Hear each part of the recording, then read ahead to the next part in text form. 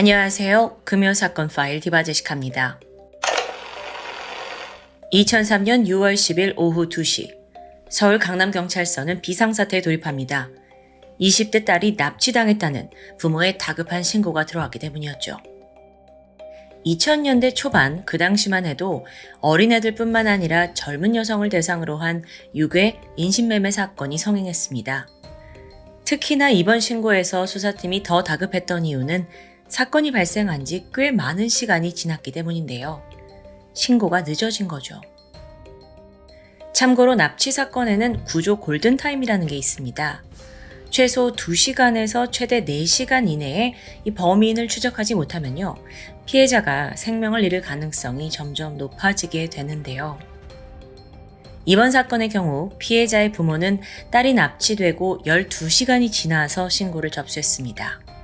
물론 여기에는 나름대로의 이유가 있었고요. 신고자 48살의 아버지 김 씨는 울먹이면서 이렇게 진술했습니다. 신고를 하면요, 우리 딸 생명이 도리어 위험해질 것 같았어요. 그 얼마 전에도 신고했다가 결국 유괴범이 아이를 죽였잖아요. 아버지는 다음으로 그날의 상황을 하나씩 설명해 가기 시작합니다. 지난밤 자정이 막 넘어가는 늦은 시간이었습니다. 딸에게서 전화 한 통이 걸려왔죠. 아빠, 나 대학로에서 친구 생일 파티하고 이제 집에 가요. 21살이던 대학생 딸, 가면 김영경 양이었는데요. 딸은 평소와 다름없이 밝은 목소리였고요. 부부 역시 별다른 걱정을 하지 않았습니다. 애가 성인이 되고 대학에 가고 나서부터는 이렇게 귀가가 늦어지기 일쑤였거든요. 그렇다 해도 영경 양은 항상 부모님에게 먼저 보고하는 성격이었습니다. 평소에도 큰 문제를 일으키지 않았고 워낙 착실한 딸이었기 때문에 잔소리조차 필요하지 않았고요. 그 통화가 끝난 후 그런데 분위기가 점점 평소와 달리 불길해집니다. 자, 4호선 대학로역에서 김양이 사는 압구정역까지는요, 아무리 넉넉하게 잡아도 1시간 내면 충분히 도착할 거리입니다. 그런데 2시간이 지나도록 딸이 집에 오질 않아요. 아무런 연락도 없고요. 점점 불안과 초조함을 느끼던 부부는 잠도 못 자고 뜬 눈으로 딸을 기다리고 있었는데, 그러다 새벽 3시 조용한 거실에 시끄러운 전화벨이 울렸습니다. 영경이냐? 너 이 녀석 어디 있어? 수화기 넘어 잠깐의 침묵이 흘러요. 그리고 곧 굵고 낮은 목소리가 들렸죠. 딸은 우리가 데리고 있습니다. 아침에 은행 문 여는 대로 몸값 1억 원을 준비해서 여의도 공원으로 오세요. 만약 신고하거나 허튼 짓 하면 딸의 목숨은 보장할 수 없습니다.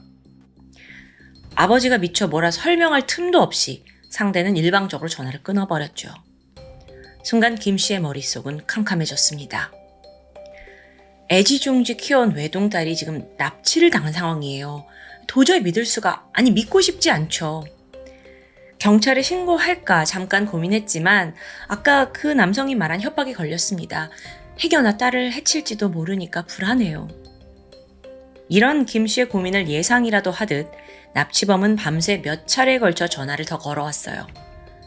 그저 경찰에 알리지 말아라, 이 요구만 잘 들어주면 깔끔히 딸을 보내주겠다고 약속했죠. 당시로서 부부는 그저 범인들의 말을 믿을 수밖에 없었는데요.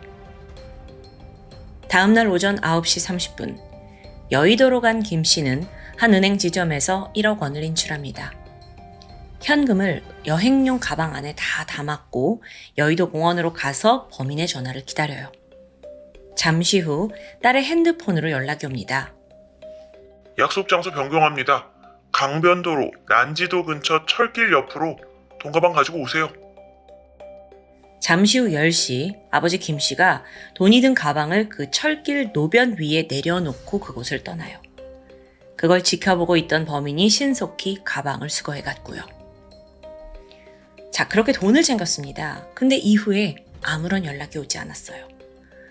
내가 돈을 줬으니 딸의 생사라도 확인해야겠다 했지만 범인은 묵묵부답입니다. 부모는 애 같았고 이제 더 이상 이거 자기들끼리만 해결할 수 없다는 걸 깨달아요. 그리고 바로 경찰에 신고를 한 상황이었죠. 신고 접수 직후 강남경찰서 수사팀은 김연경 양을 납치한 최소 2명으로 추정되는 일당을 잡기 위해 수사에 돌입합니다. 그나마 다행인 건 그들이 지금 딸의 핸드폰으로 계속 연락을 취하고 있었다는 점이에요. 그래서 경찰이 즉각 그 휴대폰 위치를 추적했고 머지않아 발신 위치가 확인됩니다.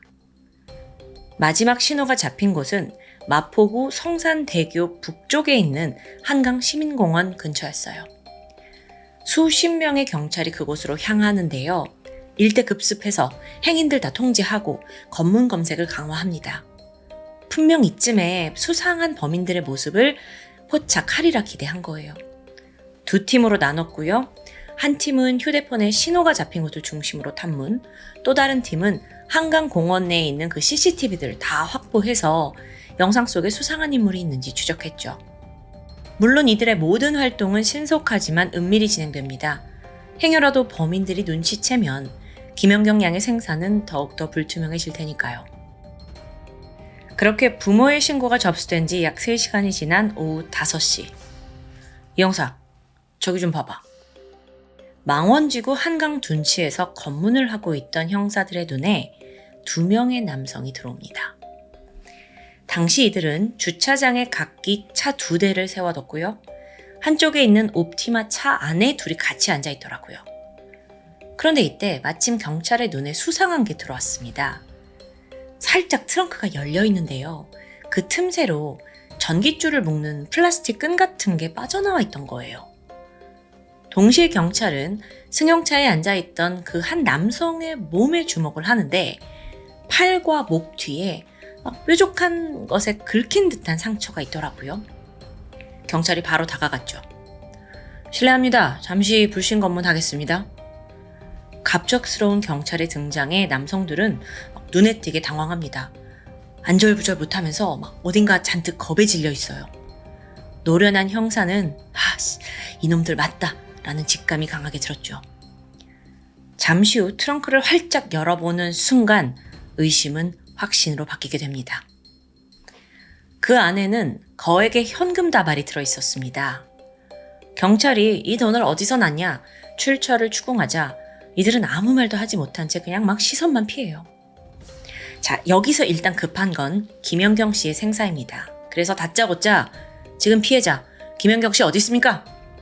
강한 추궁이 이어졌어요. 그러자 2인조 중 한 명이 말합니다. 죄송합니다. 동시에 그는 다른 한쪽에 세워져 있는 코란도 차량을 가리켰죠. 서둘러 그곳으로 향한 경찰은 뒷좌석에 놓여있는 대형 가방을 확인합니다. 차 문을 여는 순간 코를 찌를 듯한 아주 불쾌한 냄새가 풍겼어요. 가방을 쭉 열어보는데 20대 초반 젊은 여성의 사체. 네, 그렇게 김연경 씨가 끝내 죽은 채 발견됩니다. 이 소식을 들은 부모는 그 자리에서 다리가 풀렸고 망연자실하고 말았는데요. 20대 여성을 납치해서 몸값을 받아낸 뒤 끝내 살해하고만 2명의 일당. 다행히도 이들 범행은 하루 만에 드러났습니다. 그런데 이 2사람이 과연 누군지 그리고 범행 동기가 뭔지가 밝혀지면서 대중들은 또 한 번 충격에 휩싸였죠. 이들이요, 연경 씨와 마찬가지로 20대 중반에 불과한 젊은 청년들이었어요. 26살 한 씨와 25살 박 씨. 2사람은 고교 동창인데요. 사건 발생 보름 전부터 범행을 계획하고 있었죠. 동기는 예상대로 돈이었습니다. 특히나 이 중 한 씨는 이혼 소송 과정에서 아내에게 줄 위자료 1,500만 원을 마련하기 위해 이 납치 범행을 계획했다고 말해요. 반면 박 씨의 경우에는 용돈 마련을 위해서 범행에 동참했다고 진술했고요. 그러면서도 빚에 쪼들리는 여자친구가 있는데 그녀를 도와주려고 돈이 필요했다는 자백이 정말 황당 그 자체입니다. 아내한테 줄 위자료, 여자친구 생활비 때문에 또 다른 여성을 죽인 거예요. 처음 이들이 범죄를 모의했을 당시부터 대상은 부유층이 목표였습니다. 그래서 주로 강남 부촌 거주지 일대를 돌아다녔고요. 그 중에서도 자신들이 쉽게 제압할 수 있는 젊은 여성을 타겟으로 했어요. 사실 범행이 있기 전에 두 사람 모두 강남 소재의 백화점과 미용실에서 근무를 했던 이력이 있습니다. 그렇다 보니 지리에 밝았고요. 또 소위 돈 많은 강남 여성이 누군지도 좀 한 번에 알아볼 수 있었다고 자신했죠.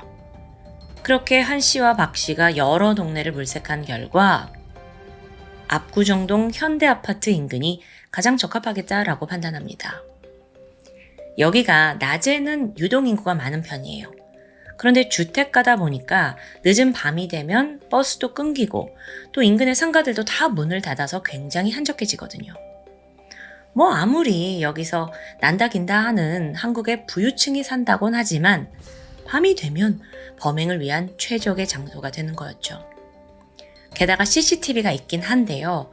어두운 새벽 시간에 범행을 저지른다면 설사 찍힌다 해도 그 당시에는 이제 식별이 좀 불가능할 거라는 계산도 있었습니다.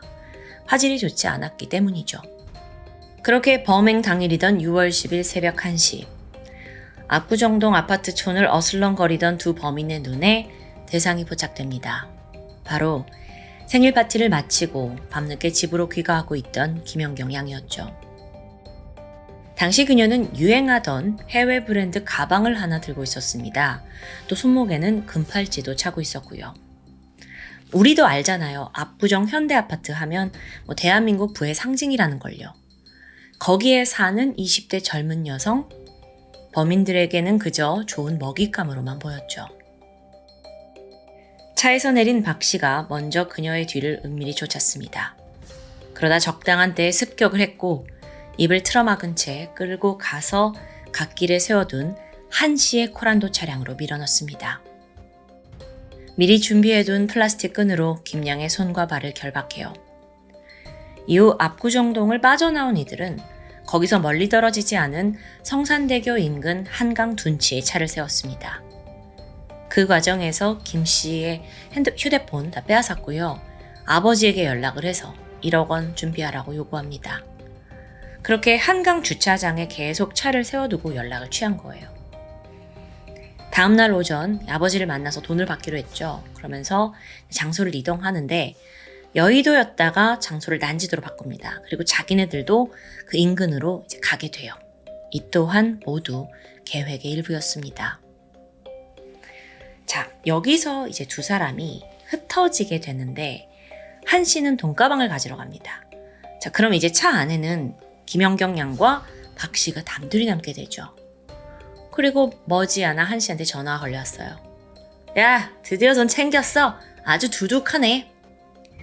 그렇게 목표가 이루어졌다고 생각하는 순간 박 씨는 문득 김양이 살아있다는 존재 자체가 부담스러워졌습니다. 만약 이대로 보냈다가 신고하면 후안이 너무도 두렵죠. 당연히 잡힐 게 뻔해요. 사실 김연경 양은요.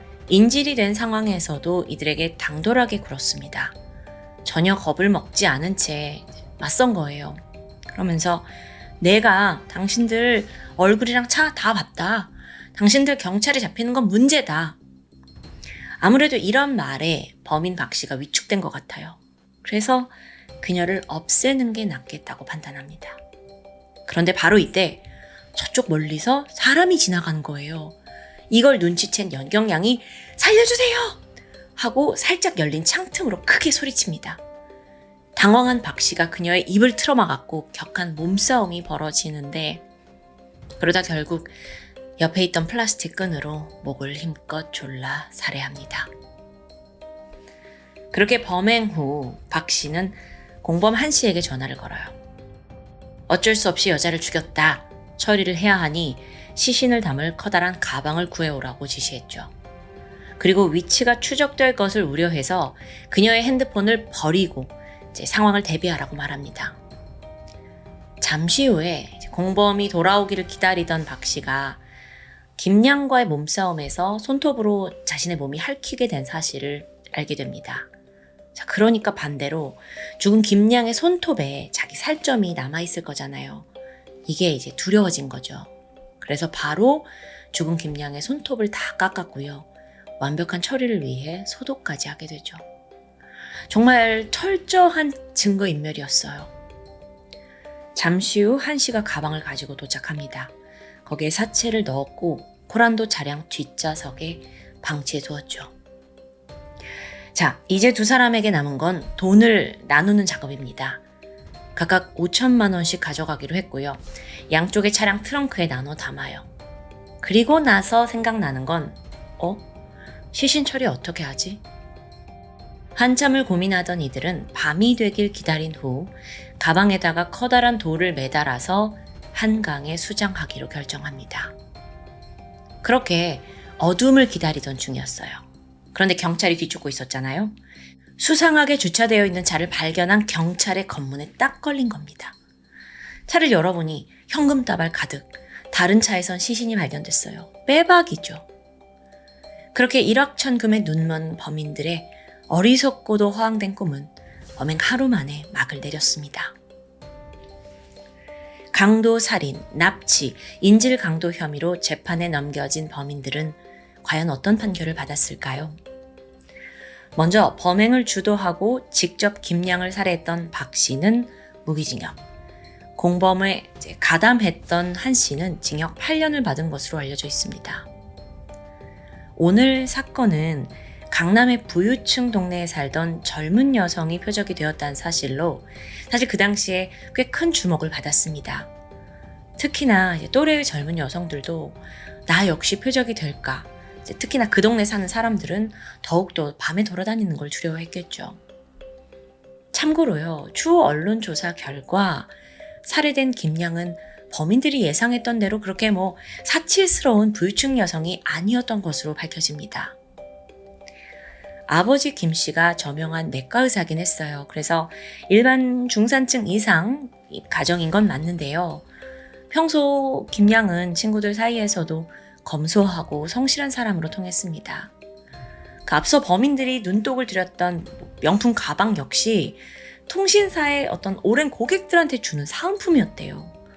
그리고 손에 차고 있던 금팔찌, 귀금속들은 모두 브랜드 제품이 아니라 그냥 평범한 액세서리에 불과했고요. 이런 사실이 뒤늦게 밝혀지자 일각에서는 그녀가 압구정동에 살지 않았더라면 비극을 피했을지 모른다 라는 씁쓸한 이야기도 있었습니다. 사건이 발생한 지 20년이 지난 현재까지도 대한민국에서 강남 압구정이라는 곳은 우리 사회의 부와 어떤 욕망의 상징으로 남아 있습니다. 상위 1% 부자들이 사는 곳, 일반인은 꿈꾸지도 못하는 집값이 형성된 곳. 그런데 사실 그 평판의 이면에는 빈부격차에 대한 상실감과 질투, 분노가 섞여 있는 건 아닐까요? 오늘 사건의 범인들은 그 욕망을 참지 못하고 범행을 저질렀습니다. 돈을 위해서라면 수단과 방법을 가리지 않겠다는 잔혹함. 많은 시간이 지났지만 그날의 비극은 여전히 우리 사회의 그림자로 남아서 조용히 경고하고 있는 듯합니다. 지금까지 금요사건 파일 디바제시카였습니다. 안녕하세요. 금요사건 파일 디바제시카입니다. 대구광역시 남구 봉덕동에 살고 있던 23살 정나리 씨. 그녀는 친구 신 씨와 함께 카페를 운영하고 있었습니다. 젊은 나이였는데도 사장이 되어보겠다라는 꿈을 가지고 친구와 소자본으로 아담한 가게를 차리게 된 거죠. 그녀는 매일 이 가게를 쓸고 닦으면서 누구 못지않은 안정적인 수익을 내겠다고 매번 다짐했습니다. 그러던 2005년 1월 22일, 이날 나리 씨는요, 퇴근을 한 후에 오랜만에 친구들과 술자리를 갖게 돼요. 이게 밤 늦게까지 계속 이어졌죠. 그러다 새벽 2시쯤 갑자기 핸드폰이 울렸습니다. 남자친구 김 씨로부터 걸려온 전화였는데 나리 씨가 웬일인지 통화하는 걸 주저해요. 핸드폰은 끊임없이 울렸고 마지못해 그녀가 전화를 받게 되는데 그러자마자 이 남자친구가 불같이 화를 냅니다. 왜 전화 안 받아? 나 지금 집에 들어가니까 너 당장 들어와. 이 남자친구가 다른 모임에서 술자리를 갖고 있었는데 이제 귀가하는 길이니 너도 빨리 와라 라고 재촉하는 거예요. 근데 당시 이 목소리가 얼마나 컸는지 수화기 밖에서도 생생히 들릴 정도였죠. 그런데 이 전화를 받은 직후부터 나리 씨의 상태가 좀 심상치 않았습니다. 집에 가기 싫다 라면서 친구들을 붙잡는 거예요. 여기서 잠깐 이 커플에 대해 알아볼게요. 두 사람이 처음 만난 건 2달 전이었습니다. 남성 김 씨가 나리 씨네 카페에 커피를 사려고 들렸다가 여기서 이제 서로 호감을 느끼게 된 거죠. 성격이 잘 맞았는지 두 사람은 며칠 만에 연인 사이로 발전했고요. 2개월 만에 동거까지 결심합니다. 그렇게 모든 게 순조로울 줄 알았지만 위기는 머지않아 찾아왔습니다. 같이 살다 보니까 이 남자친구가 상당히 강한 집착과 또 폭력성까지 보였기 때문이에요. 나리 씨 지인들에 따르면 친구들하고 있을 때 수시로 남친에게 전화가 옵니다. 어디야? 언제 와? 빨리 집에 와! 계속 재촉하는 거죠. 근데 이런 행동은 애정을 넘어 괴롭힌 수준으로 느껴졌어요. 사건 당일 나리 씨는 그날따라 막 집에 안 가겠다라며 완강히 버텼습니다. 근데 그렇다고 지금 새벽이 지나가는데 계속 술만 마시고 있을 수 없잖아요. 그래서 결국 친구들이 취한 그녀를 부축해서 나리 씨의 자택인 봉덕동 원룸촌으로 향합니다. 친구가 함께 택시에서 내려줬고 집으로 걸어가던 길에 나리 씨가 돌연 털썩 주저앉더니 흐느끼기 시작했죠. 야, 나 집에 들어가기 싫다고. 제발 나 좀 내버려둬. 당시 친구는요, 이 모습을 보고 나리 씨가 주사를 부린다고 생각했어요. 그래서 겨우 달래가지고 그녀를 집 안까지 데려다 주었죠. 이때 남자친구는 집 안에서 잠들어 있었습니다. 그리고 다음 날, 동업자였던 신 씨가 먼저 카페에 도착합니다. 그런데 아무리 기다려도 나리 씨가 모습을 드러내지 않아요. 몇 차례 전화를 걸었죠. 근데 핸드폰이 꺼져 있더라고요. 술 마시고 힘들어서 못 일어났나? 싶었지만 나리 씨는 그날 늦은 저녁까지 연락 두절 상태였습니다. 결국 신 씨가 퇴근 후에 나리 씨 집에 찾아가요. 문을 막 두드리는데 인기척이 없는 거예요. 얘가 도대체 무슨 일이지? 하고 의아해하던 그때 옆집에 살던 이웃 남성이 문득 다가옵니다. 저기요, 혹시 무슨 일 있어요? 신 씨는 여기 사는 사람이 친구인데 연락이 되지 않는다 라고 털어놨어요. 그러자 옆집 남자가 묘한 이야기를 합니다. 사실요. 오늘 새벽에 계속 싸우는 소리가 들렸어요. 한 3시간 정도? 여자 비명소리도 들었고요. 자, 더 정확히는요. 나리 씨가 집에 도착하고 불과 10분이 지난 새벽 4시 10분부터 격렬하게 싸우는 소리가 들렸다고 해요. 욕설은 기본이고 뺨을 때리고 거기에 막 머리를 쿵쿵 찢는 소리에 이어서 여성의 비명소리까지 들었다는 겁니다. 사실 이 소음이 굉장했어요. 그래서 온 빌라에 울려 퍼졌고 몇몇 주민들의 잠을 깨우기도 했고요. 이 다투는 소리는 아침 7시가 되어서야 끝났다고 하는데 이걸 듣게 된 신 씨가 수상하잖아요. 그래서 즉각 경찰에 실종 신고를 접수합니다. 경찰도 바로 나리 씨를 찾아 나서요. 그런데 이 당시가 2005년이잖아요. CCTV 보급률이 낮고 또 차량 블랙박스도 대중적이지 않았습니다. 그렇게 무턱대고 실종된 나리 씨의 행방을 쫓기에는 많은 어려움이 있었습니다. 일단 경찰은 주민들의 증언을 토대로 나리 씨의 남자친구 김 씨를 유력 용의자로 판단합니다. 여러 차례 조사를 하면서 그를 강하게 압박했어요. 하지만 김 씨는 너무도 억울하다는 입장이었죠. 자신은 그날 새벽 2시 40분쯤 먼저 집에 와서 잠이 들었고 또 자기도 만취한 상태라 여자친구가 늦게 집에 들어온 것조차 몰랐다고 말합니다. 이때 경찰이 물었죠. 아니 근데 빌라 주민들이 전부 싸우는 소리를 그 시끄러운 소리를 들었다는데 그것도 몰랐어요? 김 씨는 아무 소리도 듣지 못한 채 다음날까지 깊은 잠에 빠져 있었다고 진술합니다.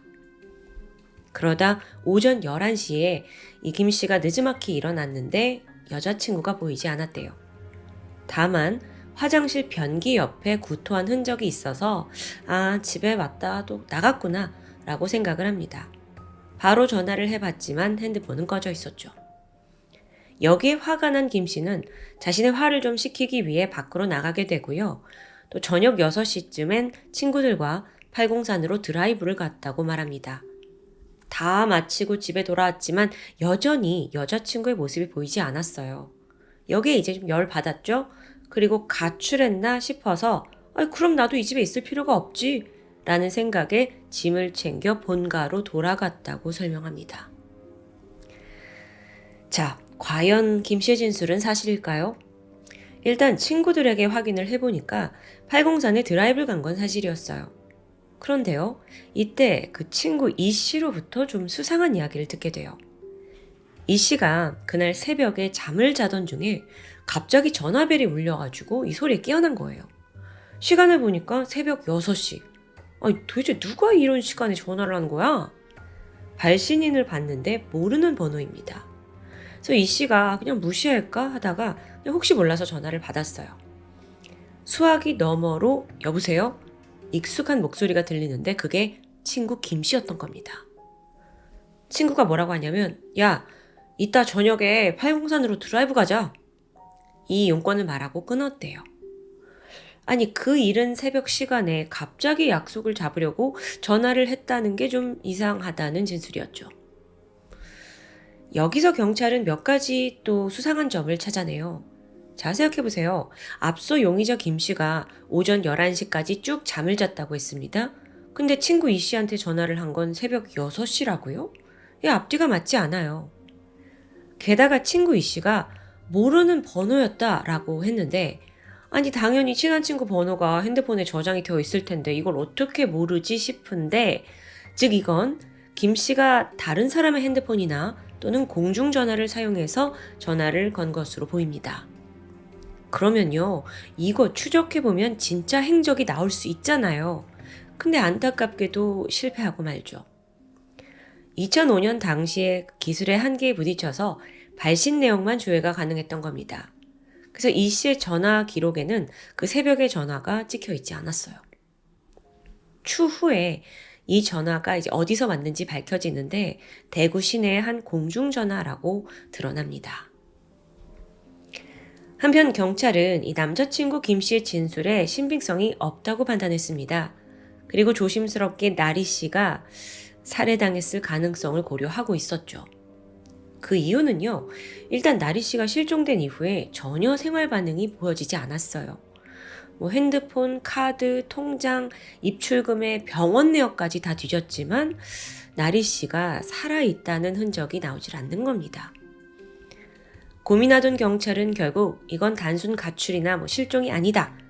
시신 없는 살인사건이다 라고 판단을 했고 본격적인 수사에 착수합니다. 그렇게 그녀가 사라진 지 5일이 지난 1월 27일 마침내 나리 씨와 남자친구가 함께 살던 그 자택의 조사가 이루어졌습니다. 여기가 아주 중요한 곳이에요. 그런데 수사관이 집안에 들어가자마자 좀 기묘한 느낌을 받았습니다. 아니 이게 이상할 정도로 아주 깔끔하게 정돈되어 있던 거예요. 세면대, 변기, 하수구 모두 완벽히 청소된 상태였죠. 심지어 DNA 검사를 해보는데요. 오직 화장실에서만 김 씨, 남자친구의 DNA가 발견됩니다. 이거 이상해요. 나리 씨는 이 집에서 2주간 생활했어요. 최소한 지문이나 머리카락이 나오는 게 당연합니다. 게다가 아까 남자친구가 변기 옆에 여자친구가 구토한 흔적을 봤다고 했잖아요. 그런데도 나리 씨의 DNA가 전혀 없다? 즉 누군가 흔적을 열심히 지웠다는 걸 의미하겠죠.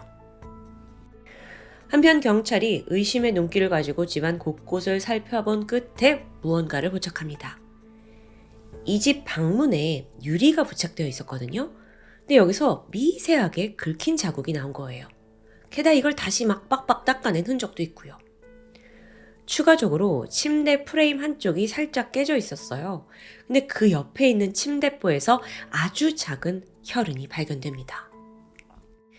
작은 피 한 방울. 그걸 바로 확인해 봤더니 나리 씨의 혈흔입니다. 여기까지는 미처 정리하지 못했던 것 같아요. 게다가 김 씨의 운동화에서도 혈흔이 발견됩니다. 이 또한 아주 극소량이었는데 자, 지금 아무 일도 벌어진 게 아닌 것 같은 이 원룸에서 경찰이 속속 다른 증거들까지 찾아내요. 이번에는 안방 장롱을 열었거든요. 근데 이불이 겹겹이 쌓여 있었는데 그 중에 유독 하나가 축축하게 젖어 있는 거예요. 마치 이불을 빨고 바로 장롱 안에 넣어둔 것 같았죠. 왜 그랬을까? 그래서 그 이불을 이제 꺼내가지고 조사를 해보는데 여기서 딱히 뭐 혈흔이나 DNA가 나오진 않았습니다. 이불이 왜 축축하게 젖어 있었는지에 대한 미스테리는 지금껏 풀리지 않고 있습니다. 사실 남자친구가 용의자로 지목만 된 상태였어요. 근데 그렇다고 해서 나리 씨가 확실히 살해됐다는 증거는 없어요. 지금 생사도 확실하지 않은 상황이고요. 그래서 여러 가지를 궁리한 끝에 경찰은 이번엔 빌라의 위치에 주목합니다. 보니까 집 앞에 폭 한 8.5m 1차선 도로가 있었어요. 그리고 이 빌라 1층은 주차장인데 그만큼 도로와 주차장이 있어서 차가 자주 드나들던 곳이죠. 만약에 범인이 나리 씨의 시신을 들고 집 밖으로 이동했다면 분명 외부에 쉽게 노출됐을 겁니다. 또 나리 씨의 키가 일반 여성들보다 좀 더 큰 170cm였어요. 그걸 고려한다면 당연히 쉽게 노출될 수 있겠죠. 그렇다면 운송수단이 필요했을 텐데. 바로 김 씨의 차량을 조사합니다. 근데 역시나 깨끗해요. 혈흔이나 범행의 흔적 나오지 않았죠. 그렇게 수사는 몇 달째 이어졌지만 결정적인 증거를 찾아내는데 실패합니다. 생각해보면요, 이 두 사람 사이에 다툼이 있었다는 것도 주민들이 소리를 들었다라는 걸 토대로 추정했을 뿐이었어요. 그러니까 김 씨는 계속 싸운 적 없다, 나는 여자친구가 들어온 것도 몰랐다라고 주장하니까요. 그래서 이 정황만으로 김 씨를 범인으로 지목할 수 있을까? 불안한 상황입니다. 그 와중에 드디어 재판이 시작됐죠. 1심 재판부는 그 침대와 운동화 바닥에 남아있던 혈흔이 살인과 사체 유기의 증거다라고 판단을 했어요. 또 주민들 진술을 토대로 김 씨가 여자친구를 긴 시간 폭행한 후 살해했다고 판단했고요. 그 결과 그에게는 살인 및 사체 유기 혐의로 징역 7년을 선고받게 됩니다. 그는 즉각 항소했죠. 2심에 갔는데 결과가 완전히 뒤바뀌어요. 1심과 달리 거기서 나온 혈흔의 양이 너무 극소량 아니냐, 이걸로 어떻게 살인을 입증하냐라고 판단된 겁니다. 두 사람 사이에 혹여라도 아주 살인이 날 만할 치명적인 싸움이 있었다면 사실 혈흔이 더 많이 발견되었어야 한다라는 논리인 겁니다. 또한 사실 이 사람들이 직접적으로 다투는 모습을 본 건 아무도 없어요. 그리고 심지어 그 다투는 소리가 나는 집이 여기라는 증거도 없었습니다. 즉 이 말은 나리 씨가 제3자에 의해서 살해당했을 가능성, 그러니까 합리적인 의심의 여지가 남아있다라는 판단하에 판결이 뒤집힌 거죠. 결국 김 씨에겐 무죄가 선고됩니다. 검찰이 상고했지만 기각되면서 무죄 판결은 확정되었고요. 이후 김 씨는 인터뷰를 통해 억울함을 토로했습니다. 자기로서는 사실 고작 2개월 만나서 동거한 여자친구였는데 그녀로 인해 살인자라는 누명을 쓰고 고생했다라면서 고통을 호소한 거예요. 하지만 진짜 고통스러웠던 건 누굴까요? 정나리 씨 사건은 지금까지도 미제로 남아 있습니다. 그녀의 시신조차 발견되지 않았고요. 여전히 가족들은 진실을 알지 못한 채 암흑 속에 살고 있습니다. 한편 당시 경찰 조사에 실책이 있어요. 용의자를 빠르게 김씨 남자친구다라고 한정 지은 채 수사를 하다 보니까 혹여 나리 씨가 집 밖에서 제3의 인물에게 살해당했을 가능성을 간과해버린 거죠. 그냥 김 씨가 범행한 거 맞다라는 생각에서 이걸 입증하기에 너무 급급한 나머지 정작 나리 씨의 마지막 행적에 대한 수사가 미진했던 겁니다. 어쩌면 이걸로 인해 진범을 놓친 건 아닐까요? 그런데요, 여러분, 이 사건 아직 끝이 아니에요. 지난 2019년 3월입니다. SBS 그 아래서 정나리 씨 사건을 재조명하게 됐거든요. 근데 이때 제작진들이 새로운 증거를 찾아내게 돼요. 그건 바로 버려진 루이비통 가방이었습니다. 자, 다시 사건 당시로 돌아가서 2005년에 정나리 씨가 살던 빌라에서 600m 떨어진 곳에 살고 있던 여성 A씨가 있습니다. 근데 A씨가 그날 새벽까지 PC방에서 놀다가 집으로 돌아가던 길이었어요. 근데 저 멀리 빌라 입구에서 무언가를 발견한 거예요. 다가갔죠? 그랬더니 루이비통 가방이 떡하니 있습니다. 뭐야 이거? 근데 이거 꽤 고가의 가방인데? 그녀는 이 길에 있던 가방을 집으로 가져왔어요. 그래서 안을 확인해 보니까 화장품 몇 개, 잡동사니가 들어 있습니다. 근데 여기에는 지갑이나 신분증 같은 가방 주인을 특정할 만한 건 없었어요. 그렇게 그날 이후로 A씨는 루이비통 가방의 새 주인이 된 거예요. A씨는요, 사건이 발생한 지 14년이 지난 그때까지도 이 가방을 가지고 있었습니다. 감정을 해보니까 이게 진품이더라고요. 그리고 심지어 2003년에 생산된 한정품이고 20, 30대 여성에게 인기가 많던 제품이었죠. 그래서 혹시 이게 나리 씨의 것이 아닌가로 초점이 맞춰지는데, 나리 씨의 유족들은 그녀가 평소 루이비통 가방을 사용한 건 맞지만 정확한 디자인은 기억하지 못한다고 말합니다. 이에 대해 전문가들은요, 만약 빌라 주변에서 발견된 그 루이비통 가방이 나리 씨의 것이 맞다면 정말 높은 확률로 그녀가 살해당했을 것이라고 분석합니다. 오늘 사건을 조사하면서 가장 놀라웠던 건요, 그 시끄러운 다투는 소리를 들은 이웃들 중에 그 누구도 경찰에 신고하지 않았다는 점이었어요. 괜히 남의 일에 연루되고 싶지 않았던 거겠죠. 또 어쩌면 누군가 신고하겠지 라고 생각했을 수도 있습니다.